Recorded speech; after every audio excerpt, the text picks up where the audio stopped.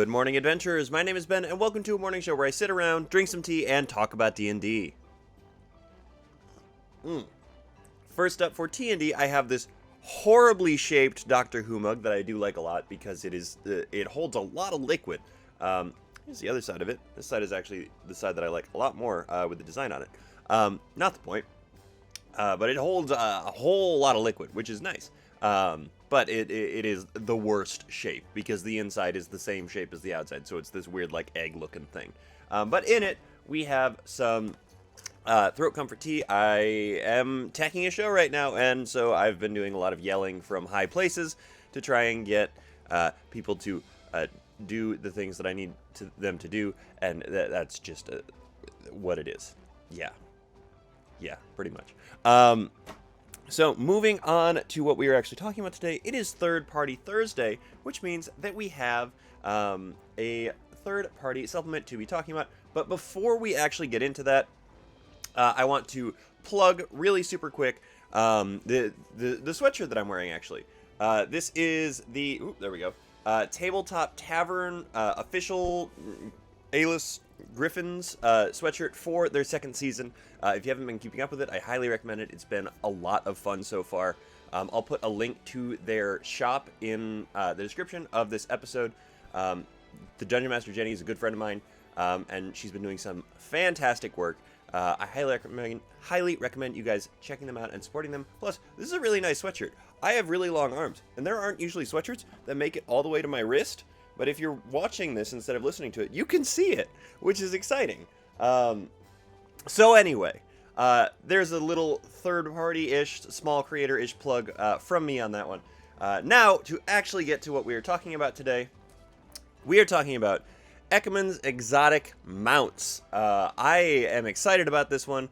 I actually got this book during the first season when I was shooting it, and I kept pushing it back. Because I kept wanting to be able to go through it a little bit more intensely to make sure I pulled all the right things out of it. And I'm excited to finally get to talk about it because I love, at least conceptually, writing stuff in D&D. It's so fun for me. And so I really think that this is one of those things that honestly, Wizards should probably put something out that's kind of similar. Because it's a supplement literally all about things you can ride, which is fun. And yeah, you can ride pretty much anything. Your DM just has to deal with it. Has to figure it out is what I mean. But this is super cool. And so I highly recommend checking this book out. But let's talk about what's inside of it. First up, at the beginning, we have a couple of magic item sets, which are pretty cool. And they are specifically magic item sets in that they are a series of items that you can attune to and have and everything like that, that then have bonuses added to them if you have all of them attuned to them. There is the Huntress of the Edge and Monty, God of the Dinosaurs. So they're two like wilds kind of themed sets of items that are interesting, and they really do sort of focus in on the concept of being able to like tame different monsters, different mounts, and that sort of thing, which is really cool, I think. And so, while there are only two of those, they do feed into the theme of this book really well. This book is only 45-ish pages long. So it's not going to be anything crazy. It's also why it's a paperback instead of a hardcover book, which is fine for something like this because it is just a little supplement. But after the magic item sets, there are rules for taming mounts, which is really cool. Obviously, the book itself uses these rules for taming mounts. It's built around taming these monsters, which is awesome. But there's a 2-page spread on taming monsters, difficulty of different things, different tricks you can teach them, things like that. Tricks, quote unquote. And they're really actually pretty well done. There's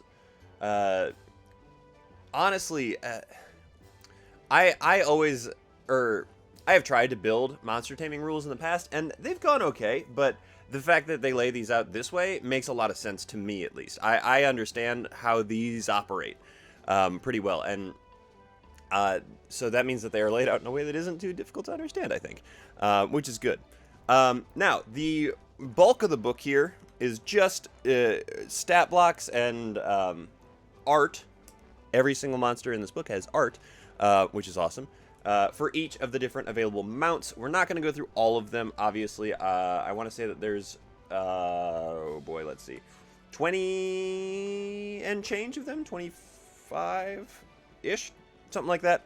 I'm gonna show you guys real quick my 5 favorite ones, and then we're gonna talk a little bit about the stats that are involved with those. Now, when I say favorites, these are not in any order. They are instead just my favorite, like, as a concept. They aren't necessarily the best or the most impressive or anything like that. They're just my favorite as a concept. And it gives you sort of a good flavor, I think, of what you can actually expect to find in this book. So first up, we have the Bumblefint. It is a large beast that is a combination of a bumblebee and an elephant, which is fantastic. None of the monsters in this book are presented with a CR.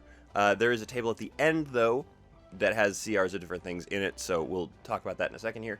But the Bumblefint is literally just a large beast that is part elephant, part bumblebee, which is wild and a lot of fun.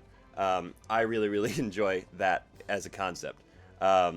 They largely are kind of like docile sort of creatures, which, weirdly enough, pretty much all of the things that I pick are docile kind of creatures. They're ones that I could see myself using as, like, not necessarily farm animals, but like animals that have been cultivated and tamed throughout time in my games.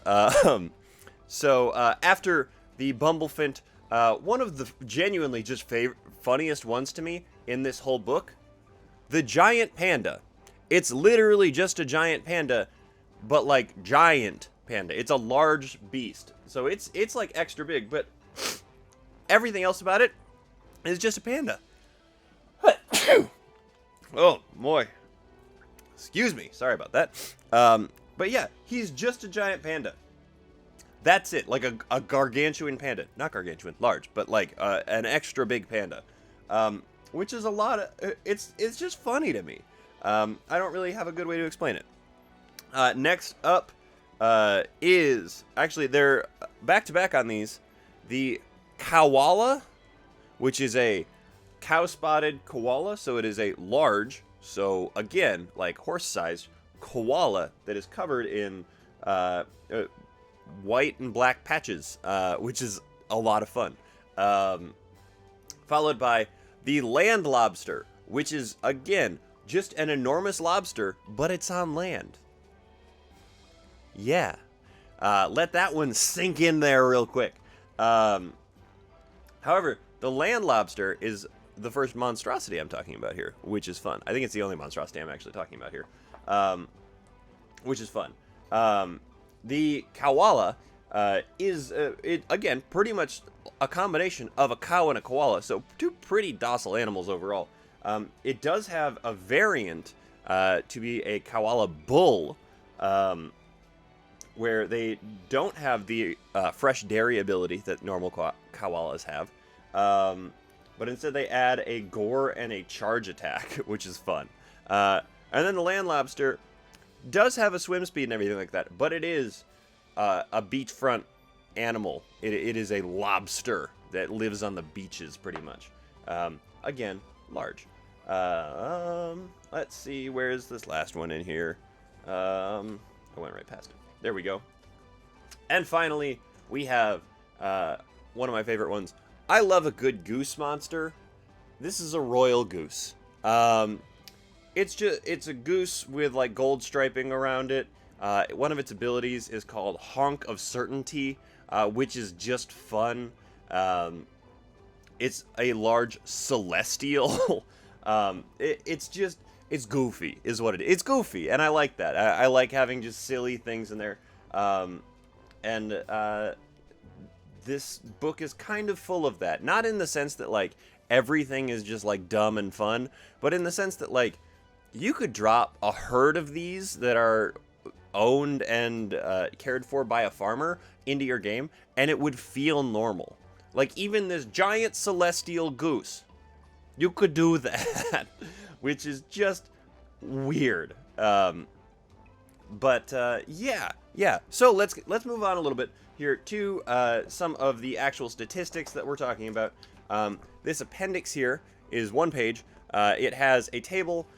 This is where they list out the CR of everything, they list out the training difficulties of everything, and they list out the carrying capacities of everything. So I'm going to run through real quick the highest and lowest, the easiest and the hardest, and the ability to carry the most and carry the least of all of these things right quick here. Because why not?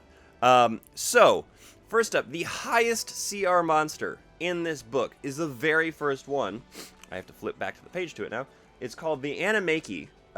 It is this crazy, like, lightning bird. It's a fae, large fae, but it is a CR4 technically, and that comes with it having a 17 armor class, 75 hit points, a fly speed of 60 feet. You know, the things that make it like mobile and hard to hit and stuff like that. And it has sort of all of the things that you would expect from like a giant eagle. Or like a stripped down version of a rock, essentially. So you can expect to see that. It's a CR4. I think I said that already.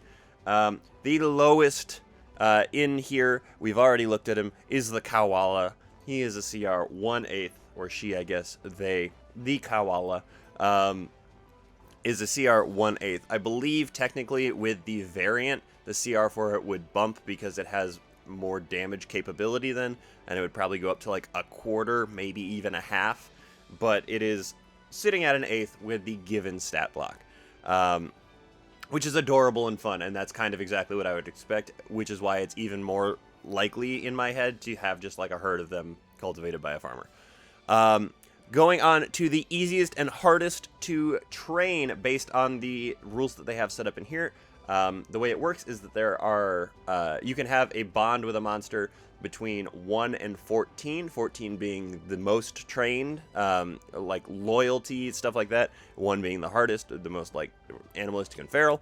And the way that they have this laid out in here is, it makes a lot of sense. The easiest ones to train start off at a 9 out of 14, so above half, and those are the Kowala and the Riding Mastiff. If you are unclear on what a Riding Mastiff might be, just take those 2 words, put them together in your head. If you are watching this episode instead of listening to it, it's this dog with a saddle on it. It's a large beast. It makes perfect sense that it would be the easiest one in my mind, and I love it. I think it's fun, and I always like the idea of riding big dogs. Now, the hardest ones to train at 1s each, which again makes sense. I'm actually kind of surprised there aren't more 1s in this book, but I do understand that most of the 1s probably come from, like, I don't know, the monster manual or something like that. Oh boy, that's a word. I apologize if this is a real word and I'm just gonna screw it up. It is the Mishipeshu, and then there is the Muck Rider. So the Mishipeshu is this like terrifying catfish horned guy here, large fiend. Makes sense that he's going to be hard to train. Is 45 feet on land, 50 feet on or in the water. AC of 16, 76 hit points. Plenty of attack capabilities, in addition to like ability to create whirlpools and stuff like that. Definitely not something you really want to mess with if you are a low-level adventurer, but if you are in a more monstrous region, I could definitely see there being an individual that has tamed some of these for like transport or even to, you know, cultivate. The other one is the Muck Rider, which is pretty much just a gigantic crocodile.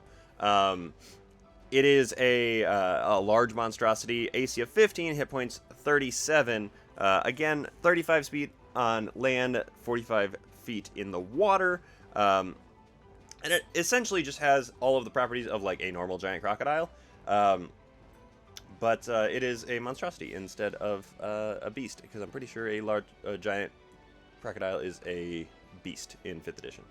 And then finally, we have our ability to carry the most and carry the least. Carrying the most, if you are flipping through this book, you'd probably look at it and go, yeah, that makes sense, is the giant horned beetle. It is a giant horned beetle, straight up. It is a large beast. It has the ability to carry, I believe it is 750 pounds, which is crazy. That's a lot of weight. Honestly, these weights are a little bit flexible, but like, do what you want to do with it.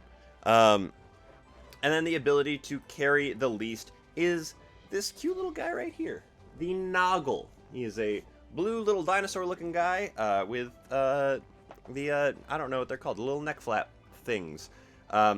He, as far as I am aware, I did flip through all these and make sure, I'm pretty sure, unless I missed something, is the only medium mount in here. So it does make sense that he can carry less. He has the ability to carry 180 pounds. He is a little bit weaker, but he has a 45 speed on the ground, so he is a pretty quick ground mount. And that is everything that I want to talk to you guys about with this book. It is by the Alpine DM. You can find it, I believe you can find it on DM's Guild or Drive Thru RPG. Otherwise, it would be on the Alpine DM's website. This one over here. So check this book out. It's really, really cool. It's a good little supplement to have, just to like be able to, I don't know, conceptualize some of this stuff a little bit more, and it does a lot of the legwork for you, which is honestly what I look for a lot of times in the books, because I'll end up changing a bunch of stuff anyway, but if the groundwork is already laid, I am a happy, happy camper. So that is everything I have to talk to you guys on about that. Moving on to what shows we have coming out today. This is a short list, as always, with every Thursday. It is Thursday, so we have Critical Role, obviously, Authors and Dragons, NADPOD, and LGBT D&D. So check those out. Check out some other shows. Let them know that I sent you. That is all of it, I think. Don't forget, there's a link to the Tabletop Tavern's merch store in the description of this episode. Please go check them out. Let them know that I sent you. Essentially, if you're doing something else that you heard from here, let them know that I sent you. I don't know. Maybe somebody will pay attention to it eventually. But like I said, that is everything I have to talk to you guys about today. Thank you so much for making me part of your morning routine. I really do appreciate it. And thank you so much in particular to my patrons. You guys are the ones that make this show possible. If you're interested in becoming a patron, there is a link to my Patreon in the description of this episode. I very much appreciate you guys even going over there to take a look around. Reminder that the first episode of Sunday Brunch is coming this Sunday. So all of my patrons that are $5 and above, be ready for that. I believe that is it. So with all that said, don't forget, drink tea, play D&D, and keep on rolling.